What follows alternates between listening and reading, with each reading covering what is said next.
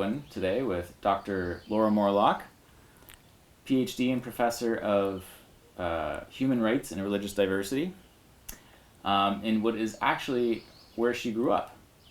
So we're excited to be here, and it's a calming, relaxing space for conversation to discuss her latest piece, What is Racism?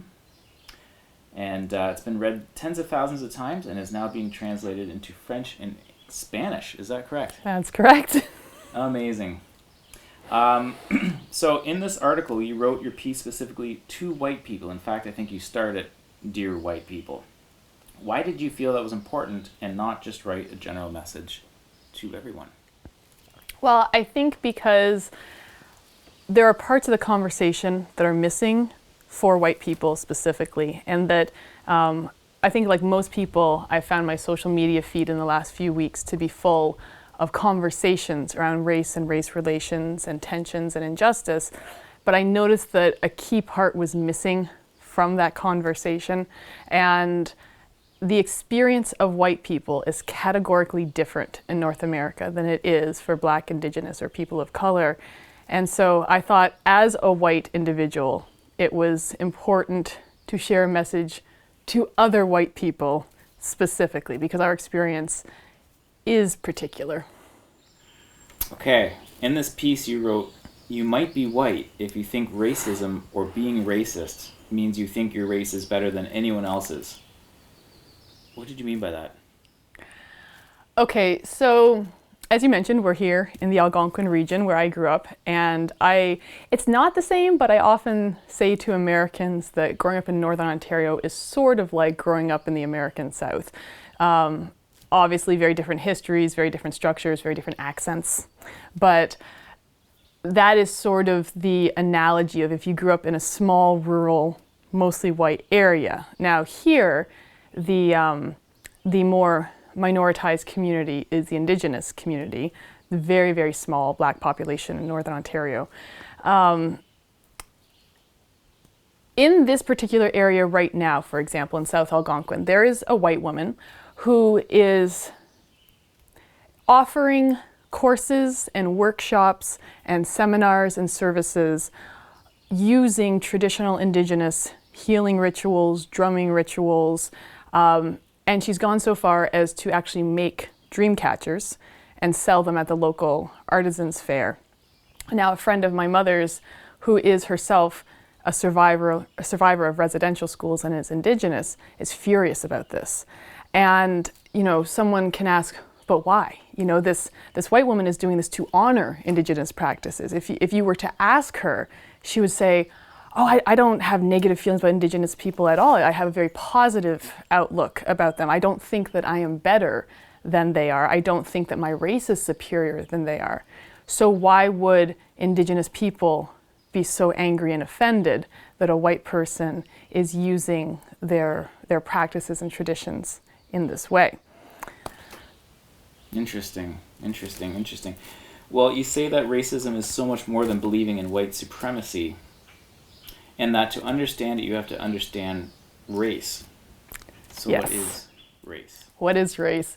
Okay, that's really important. To understand what racism is and how racism functions in our society today, you have to go back much further to understand what race is. We think we are fish who live in water and don't see the water that's around us, and we don't automatically know that race is basically a made-up story. Race is what we academics call a social construct. It is literally an idea that we invented. And you can say, well, what do you mean? I mean, clearly we're white, clearly that individual is Black, clearly that individual is Japanese or whatever.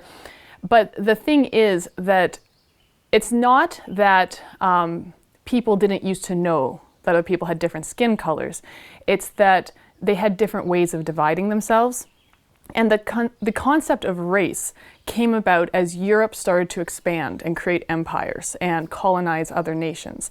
And in essence, you cannot take other people's land, take their resources, murder them in droves, force them into ghettos or reservations and so forth, steal children, literally, rape women, if you think they're equal to you.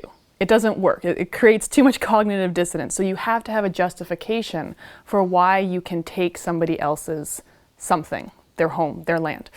And European thinkers at the time came up with the concept of race as a justification, and they created what we call the racial hierarchy. And it literally is a structure with white people on the top, and in the original system, it has shifted a bit over the centuries. Aboriginal Australians were the absolute lowest on the ranking, Africans being slightly higher. Various areas of Africa had various racial hierarchies.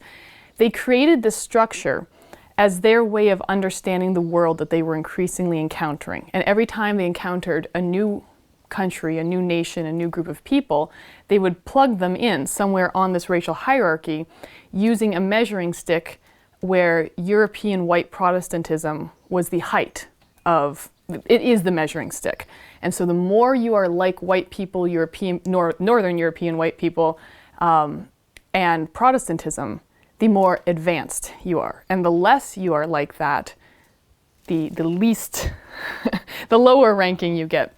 And the thing is that we can often think of that as a very old-fashioned, perhaps a very outdated way of thinking. But the problem with only sort of dismissing it to history is that we miss that at no point, society looks very different today than it did in the 1800s or the 1700s, no question. But no one ever turned that switch off. Nobody went back into the machinery and said, we kind of built this entire society where we put white Protestants at the top and everybody else in comparison to that, unfavorably. Oops, let's pull that lever off. We've adjusted and we've tweaked systems in an effort at times to make it more equitable, but no one ever turned that off. So our entire system, our entire structure, whether it's the European education model that we use, whether it's how we build and divide our neighborhoods, whether it's how we physically and socially structure our churches, whether it's fashion, whether it's media, whether it's toys, everything is literally built on this model.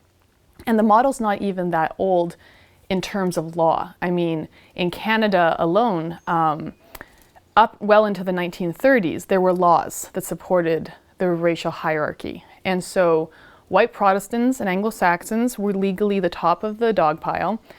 And then there was a separate category of white people called, literally, legally, called off-white. And off-white people were Irish, Catholics, Jews, and Italians. So, and that's up into the 1930s when our grandparents were alive. Wow. So it's not like this all just went away one night. Right. Interesting. You also say that our conceptions of race don't appear in the Bible. Can you expand on that? Yes. So the race question and the Bible is a fascinating area of study. I mean, that could be an entire other area of conversation. And I'll say right from the start, I'm not an expert in that. I'm not a biblical scholar, and I'm not specifically a critical race theory biblical scholar.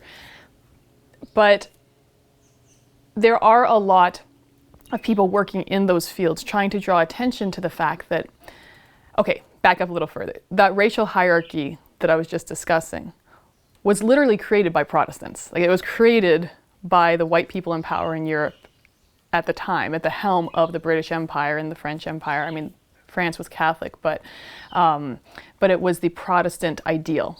It was this post-Enlightenment ideal of the world that led the way.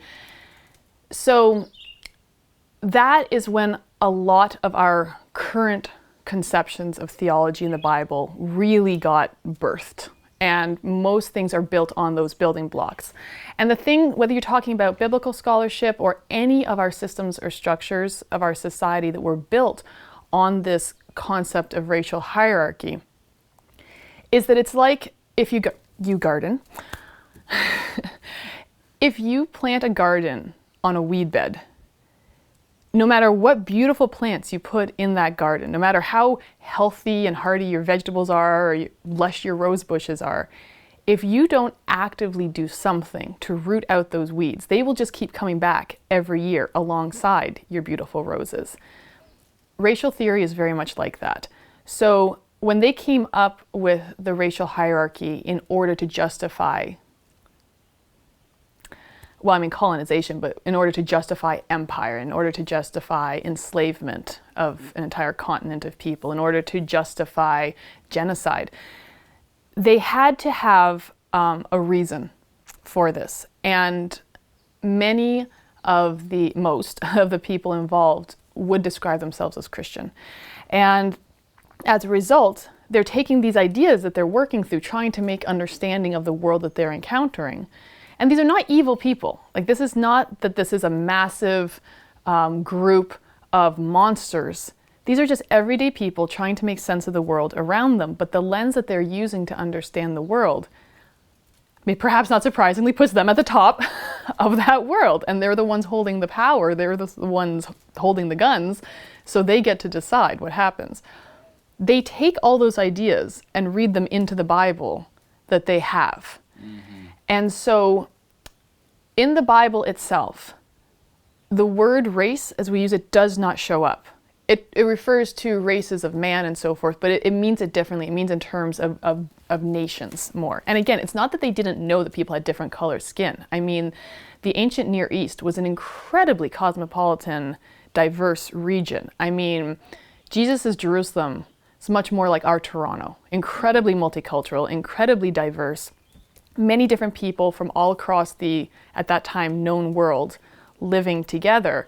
So it's not that they didn't know that there were different people, they just had different ways of describing foreigner, insider, us, and them. And in fact, Africa is all through the Bible. And Sudan is in the Bible. Egypt, of course, is obviously in the Bible. Many of that northeastern region of Africa and people from those regions play prominent roles in the Bible. But because of centuries of reading white racial theory into the Bible, I mean, how many times have you seen an image of a white Jesus, right? Or if you think back, like my childhood Sunday school painting, like in the classroom, was of a white Jesus surrounded by blonde-haired, blue-eyed children. And I think there was one token problematically racialized small child in the image. Those images plant in our psyche and in our understanding of how these things play out.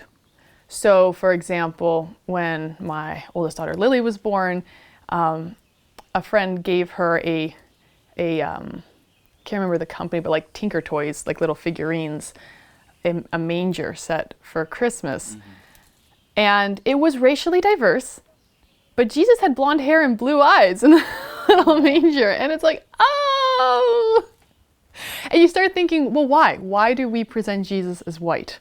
What is the need to do that? Why have Europeans for so long portrayed Jesus as white when the chances of him having actually been an angular-jawed, blonde, blue-eyed white man are extremely small, given who was living in the region at the time?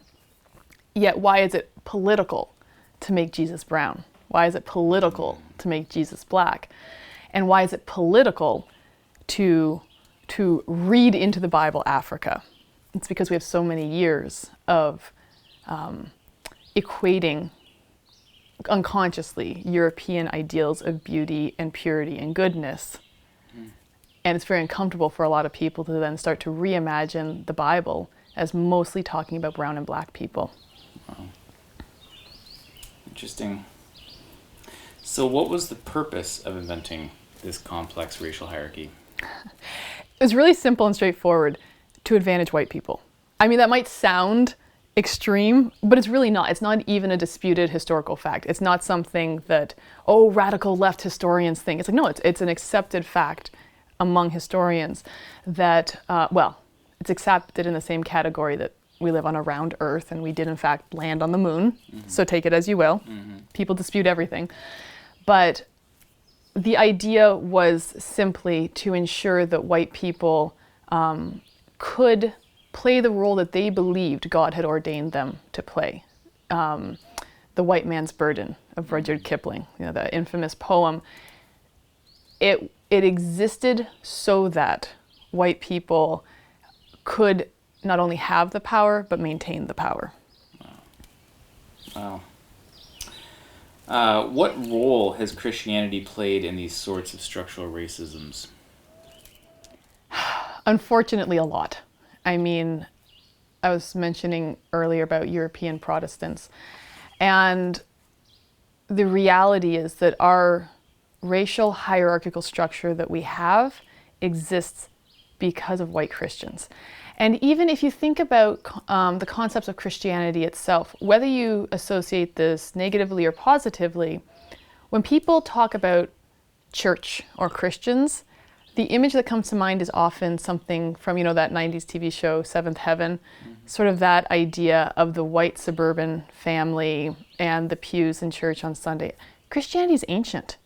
There's Christianities in Egypt and India that go back thousands of years. European Christianity is very young comparatively, but because European Christianity came at the end of a sort of empire, it became the dominant force. It was the one that enslaved Africans were forced. It was the one that Africans and Indians, anyone really in the Asian subcontinent, Southeast Asia, were taught. And so Christians of the time, and continue in many ways, but Christians of the time equated and kind of mixed together these ideas of racial superiority and racial hierarchy with Christianity, with God, with what the Bible says about salvation. So if you think of our own Canadian legacy of residential schools, for example, it wasn't just that they were removed from their families. It wasn't just that they had to be stripped of their cultures. It very much was they had to be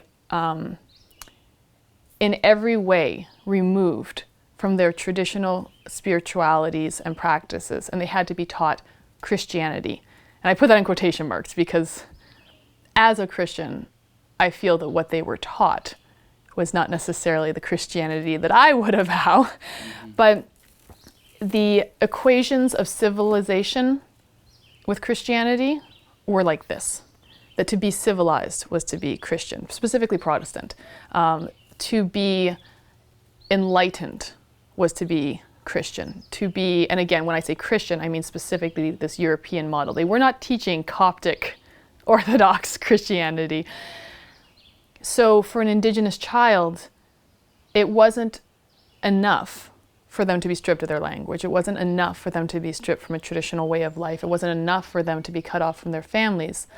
They had to, in the Christian mind view, which was the dominant national view in Canada, had to be turned into Christians, had to be turned into, quote, civilized man, so that they could, according to the views of the time, become productive members of society, become good citizens. And we tend to think this goes until 1880, but the last residential school closed in 1996. I was in grade 6 when the last residential school closed. That is very much our generation.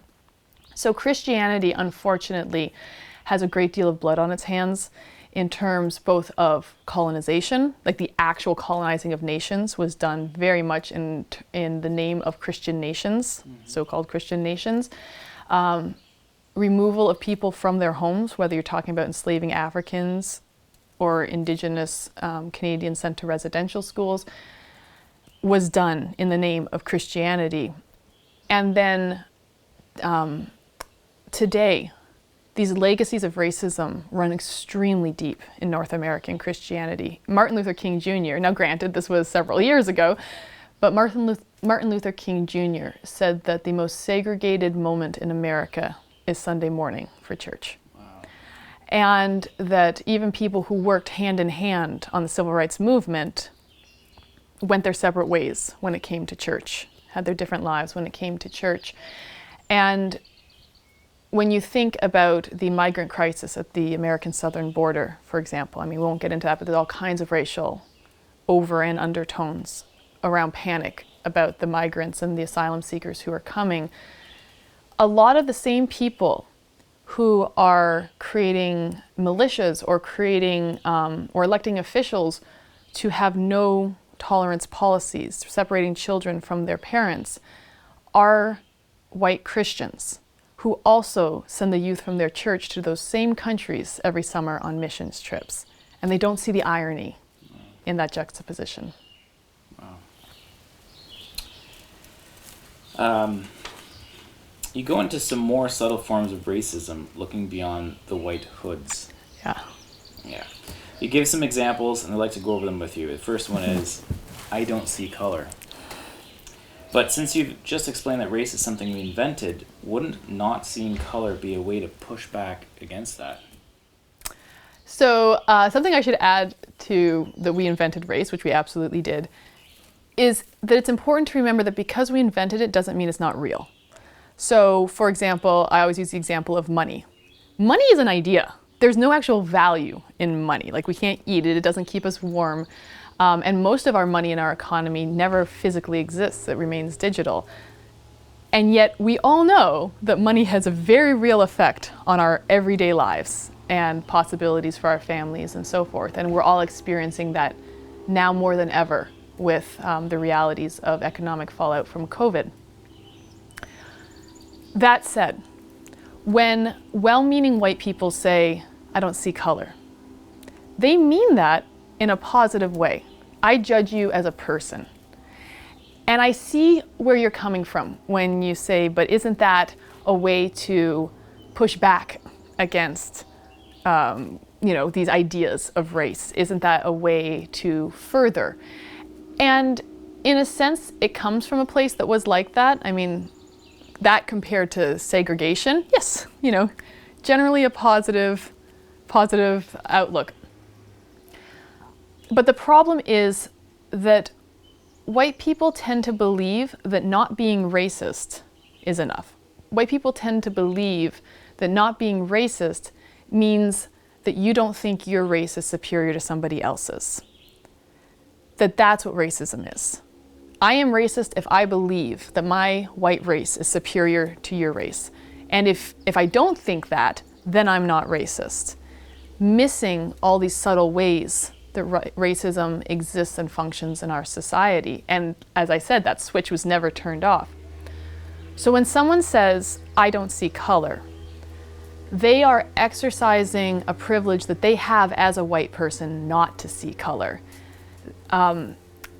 I have a friend who is a scholar and an activist, and he says, in our society, men don't have gender, white people don't have race, and straight people don't have orientation. And of course he doesn't mean that literally. What he means is that if you're a straight white man in our society, you don't have to think about any of those parts of your identity unless someone brings them to your attention.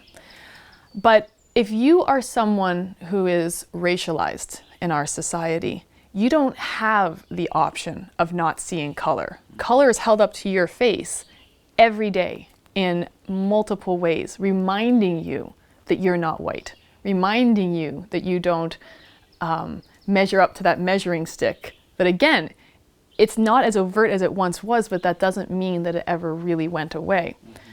So for you to say, I don't see color, what you're really saying is that I have the privilege of being a white person who doesn't have to see color. And so instead of supporting people who are experiencing racism, what you're doing is you're dismissing their experiences of racism. Interesting. So is it possible then that if somebody says, I don't see racism, then they're a product of their own privilege, that they can't see the problem that's so apparent to anybody who is racialized? Absolutely. And you'll hear that, especially in current debates and discussions, you'll see lots of, but I don't think that was a racist experience. And so an example I use you a lot when I talk about this in my classes. You would describe yourself as a male ally, as a feminist, as someone who supports women's equity with men. Would you say that is correct? Yes, that is correct. That is correct. You are my partner in all things. You empower our daughters. You are, up, down, and sideways, a male ally. Mm-hmm. But you are still a man who grew up in our society. Mm-hmm. And you have always been a man. So there are things you just don't see. And there are times where something happens that I experience or witness that upsets me, and I have to like take you by the hand, take you by the face and say, no, you're looking in the wrong place. Don't look over there, look over there. Do you see this? This happened, this was said, this was sexist, and this was offensive to me, and this is why this was offensive to me. And it wasn't that you didn't care, it wasn't that you didn't want to be supportive, but it's that your lens isn't tuned in that direction because it's never had to be. Mm-hmm. And the same goes for race. And in fact, likely growing up in a white-centric community, there was sexism, there was racism, and so the very best I can do is be a recovering sexist and a recovering racist. Absolutely, that's the best that any of us can do. This leads us well into the next part of our discussion, the hot button white privilege. Ah, yes. Is it real? Does it exist? Yes, it is. Yes, it does. Next question. No, okay, I'll give you a better answer than that. Yes, white privilege is absolutely real. I mean, if you go back to the historical realities of a racial hierarchical system that we built our entire society on, our laws, our education, our fashion, our music, literally every corner of our society was built on those ideas. And if again you remember that that switch was never turned off, no one ever went back into the wiring of the original program and said, oh, our bad, power that down, let's fix this, then you have to remember that having white skin in our society gives you advantages because the system was literally built that way. It was literally designed to give you advantage because it was built to give you advantage. So in that sense, white privilege does not mean, like there's a lot of confusion about what white privilege means. White privilege does not mean that you've never experienced hardship in your life. White privilege does not mean that you've never experienced grinding poverty. White privilege does not mean that you've never experienced bigotry or prejudice. I mean, there are white queer people, there are white women, there are, like Jewish people are often white. It doesn't mean that there's no homophobia or anti-Semitism or misogyny in our society. What white privilege means, simply and wholly, is that your race is not one of the things that makes your life harder. And people get very defensive around white privilege and feel offended by being implied that they have privilege, especially people who have had very hard lives, who are white. But again, the point isn't that you haven't had a hard life. The point is that the color of your skin is not one of the things that has made your life hard, and that's because the system was literally intentionally built for that reason. No.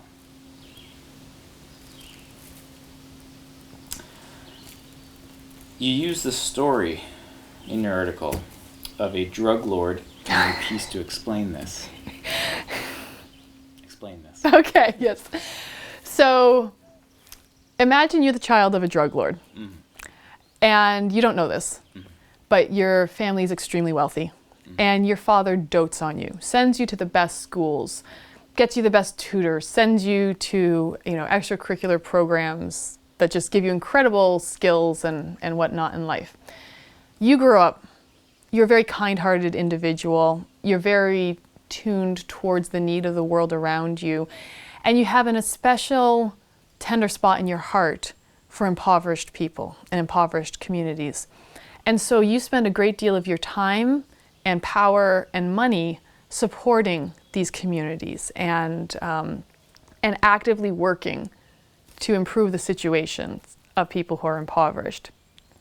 One day you find out that the reason your family is so wealthy is because your father is a drug lord. You're horrified. You're shocked. This is a terrible system. It's a violent system. People die under this system. You want nothing to do with this. Your response is, but I don't do drugs and I don't want to be a drug trafficker. I have nothing to do with this. But it doesn't change the fact that despite where your heart lies, you benefited from your father being a drug trafficker. a drug lord. And that very system that benefited you actively harms the communities that you care so much about. Wow. You say that being not racist isn't enough or a real thing. What do you mean? So, okay, the answer to that is in two parts. The first is that it's never good enough to just not be something if you want something to change. So, for example, women could never have achieved the vote if they had never convinced men sitting in government to vote for women's suffrage. If all that had happened was that men in government agreed with the women, yeah, women should have the right to vote, and then did nothing, women would literally have never gotten the right to vote. Likewise, if the only white people who opposed slavery never did anything and simply, oh yeah, this is a really terrible system, I don't support it, and then sat on their hands and did nothing, then slavery could never have ended. Again, because those systems are literally built that way. Like the system was built so that men held all the political power, and the system was built that white Americans and Canadians were the ones who could decide whether or not an enslaved African could be freed or not. So it's not good enough for the people in power to just not be something. They have to actively do something if they want the system to change. The second part of that is that I say this with as much love, tenderness, and compassion as I can. If you or I believe that you are not racist, you're wrong. You are racist. I will be the first to raise my hand and say that I, Laura, going so far as to earn a PhD in these issues, devoting my entire adult life to trying to learn more about these issues, be active in these issues, am racist. Because when you realize that racism is more than simply thinking that your skin is superior to other people's, and you start to see all the incredibly subtle and pernicious ways that these racist messages are woven throughout the entire fabric of our society, then you have to ask yourself, is it possible to unlearn all of that? Is it possible to truly unwed yourself from every single one of those notions? In full disclosure, again, holding a PhD, teaching on these issues, having close personal friends of many of these, who live many of these realities, there have been times in my life where I become aware that I feel frightened in a situation. And I have to really ask myself, why am I frightened? And would I be responding, if someone's in my personal space and I'm feeling an inner tension, an inner fear, or protective for my children, would I feel the same way if it was a nice suburban couple than a highly tattooed Latino couple sitting beside me, like theoretically, right? So we have to really do internal interrogation and work to start identifying and pulling out all of these incredibly subtle racist messages we have been taught from the day we were born, and to ask ourselves, where do those messages lie? And in what ways am I carrying them into society completely obliviously? And is it possible to undo all those nuanced aspects of racism that we are going to hopefully constantly uncover? My honest answer is I don't know. I will say that in 2 decades of doing this, I have never met someone who has entirely become 100% not racist. Mm-hmm. And I can say that I'm not. I've never met someone who has. I'm doubtful that it's possible to be completely not racist, but I think that it's a lifelong journey. You know, Troy talks a lot about practicing presence, or the discipline of spiritual practice. This is a spiritual practice. It is a daily discipline to really pay attention. How do you hear what you hear? What do you see? How do you interpret what you see? What subtle messages are you absorbing? And what subtle messages are you putting out into the world? Mostly completely unconsciously. Interesting. The funny thing here is that I've never met a person who said, I'm racist. Even if I've met some really racist people. That's the truth. So to say that you're racist puts you in the funny spot to say, you're racist? Meaning, without this conversation, you think the white race is superior to all other races? Well, no. So all that context Context is needs everything. to be there. Yeah, absolutely. So in this context, yes, to say that we're learning to undo our inherent racism and become recovering racists. I like that, recovering racists. Yeah. Is maybe something to only mention in conversation when the context is laid, because you'll never get out of somebody who's who is blatantly Genuinely, racist. yes. They would never confess that they're racist. That's a really good point. And yes, you should probably be careful when and how you say the sentence, I'm racist. Yeah. But I have literally interviewed Klan members for my work. I have never heard one person say I'm racist, other than anti-racists who are working in the field and acknowledging the recovery process. I like the recovering analogy. I have interviewed people who they are avowed white supremacists, not even the subtle, this message, what I'm talking about here is much more the majority of white people who don't want to be racist, people who don't consciously treat people of other races in different ways, people who are not opposed to interracial marriage or, any of these sorts of issues that used to be hot button issues. But your point's very valid, even people who would be avowed white supremacists, people who are card-holding Klan members, do not say, I'm racist. What they say, there's always euphemisms for it. There's always, I just believe that everybody's better off if races stick to themselves. Or I'm very proud of my white heritage, which is not a thing, by the way. You can have Italian heritage, you can have German heritage, you can have British heritage. White heritage is just white supremacy. But you're right. No one is going to claim the title of racism when they are, in fact, avowedly racist. And to undo that process of racism is always to have something that you just learned, and on the other side of it, something you still don't know. So the words being spoken that you're not aware of will always be there, and something that you just learned will always also be there. So other than putting this message on repeat, how can people slowly start to cross things over from the unknown into the known to begin that process of awareness and recovery? Absolutely. And that what you're saying sort of alludes to why I wrote a piece to white people specifically. First of all, it cannot be left to the work of racialized people to do that emotional labor all the time. There's already trauma there. There's already hardship there. And to just leave all the work of undoing and unlearning that you're talking about, I mean, number one tip here, just a little pro tip, life hack.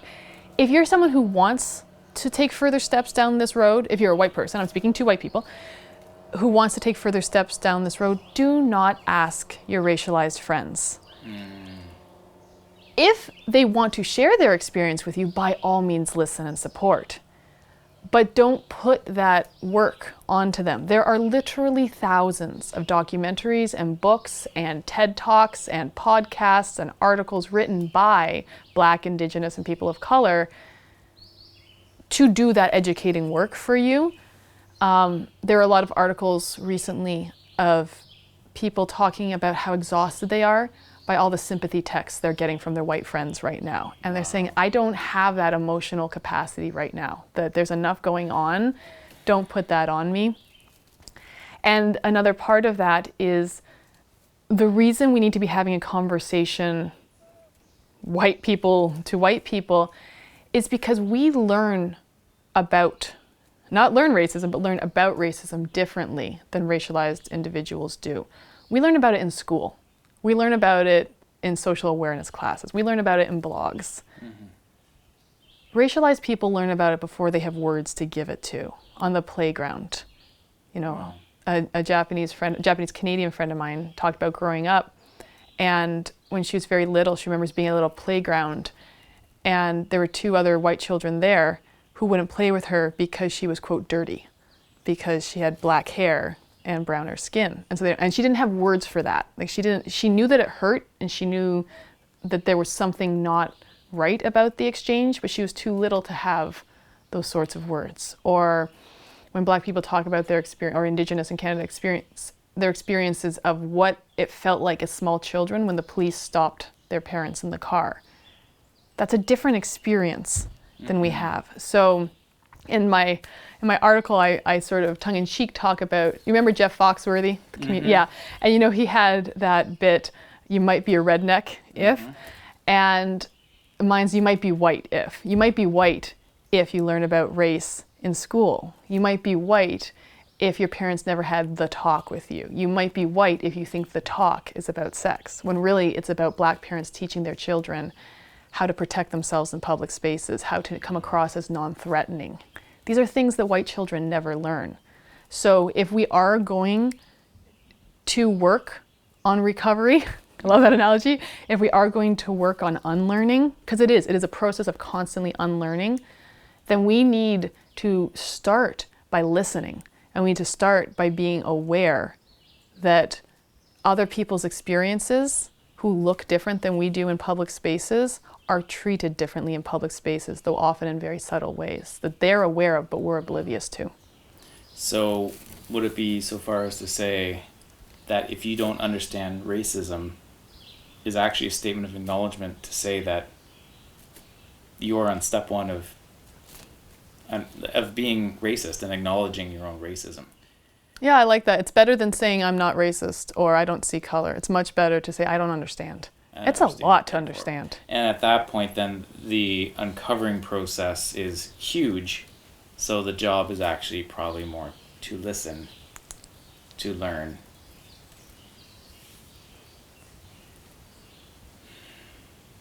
And learn the compassion, do the work to say, what is it I've been doing unconsciously that's been harming, and what is truly helping.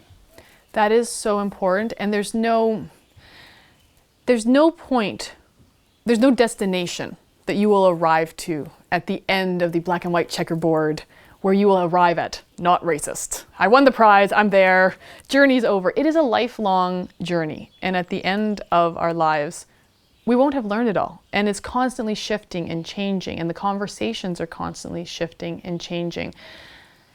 You know, people ask me, okay, so what do we do as white people?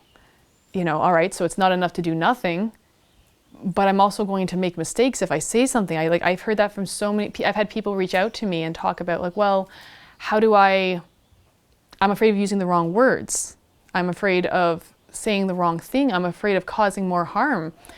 And I think that's good, not causing harm, but I think it's good to be aware, to go in with I don't really know what I'm doing here. And the cold hard reality is that as a white person, your presence in anti-racist spaces is complicated. It's very complicated. And people are people. It's not like all Black people think one thing or all Indigenous people think one thing. So within one community, if you work, say you're particularly connected to Indigenous communities, you're not going to get one answer as a white person from all Indigenous people. Some people will tell you, stay home, we don't need you here, and we don't want you here. And some people will say, we need white allies. We need white people to elevate our voices because we don't have that power in the structure, etc. So I believe that we have one primary job and one secondary job. And our primary job is to listen. Listen first, listen most, and keep listening. I promise If you are any white person who wants to go down the path of anti-racism, I promise you will have your feelings hurt. I promise you will probably be in tears at some point. Sometimes, if you are going to go down this path, you have to be ready for the second part, which is don't make it about you. This isn't about you, don't make it about you. So if you're genuinely interested in getting into anti-racism work, and I'm not saying like you're looking to join an activist movement or like some very sick individuals get a PhD. But I mean, what I'm hearing from most white Canadians and Americans for that matter is that right now, I'm talking about the average person, you know, they want to do better. They want to understand better. They want to start seeing what they're not seeing, but they're not quite sure where to start. And you have to start by listening. And you have to start by not making, when I say don't make it about you, that means, first of all, you have to let go. A lot of white people carry this. I think especially white women, to be honest. I know I have. You want to be, I'm one of the good ones. I'm one of the safe ones. You want to communicate that. I'm a good one. I'm a good white person. And so you kind of want to have a badge that you can show, you know, hashtag not all white people. Like you're trying to convey to the society in general, and definitely any racialized friends, that I'm one of the good ones. I'm not like them. I don't like that. But when you do that, you're making it about you and not about their experience. And so even if you are, quote, one of the good ones, it doesn't matter. That's not the point. If your actual interest is in breaking down racism in our society, then it can't be about the good work you're doing. You know, this is biblical. Don't let your one hand know what the other is doing. It can't be about, you know, I pray 3 times a day and unlike that heathen over there. It's the racial equivalent of that. You cannot be wearing this banner of this is the good work that I do and here's all the good that I have done. Your job is to sit and listen most of the time until you are told or asked to do something by the leaders who are already doing this work.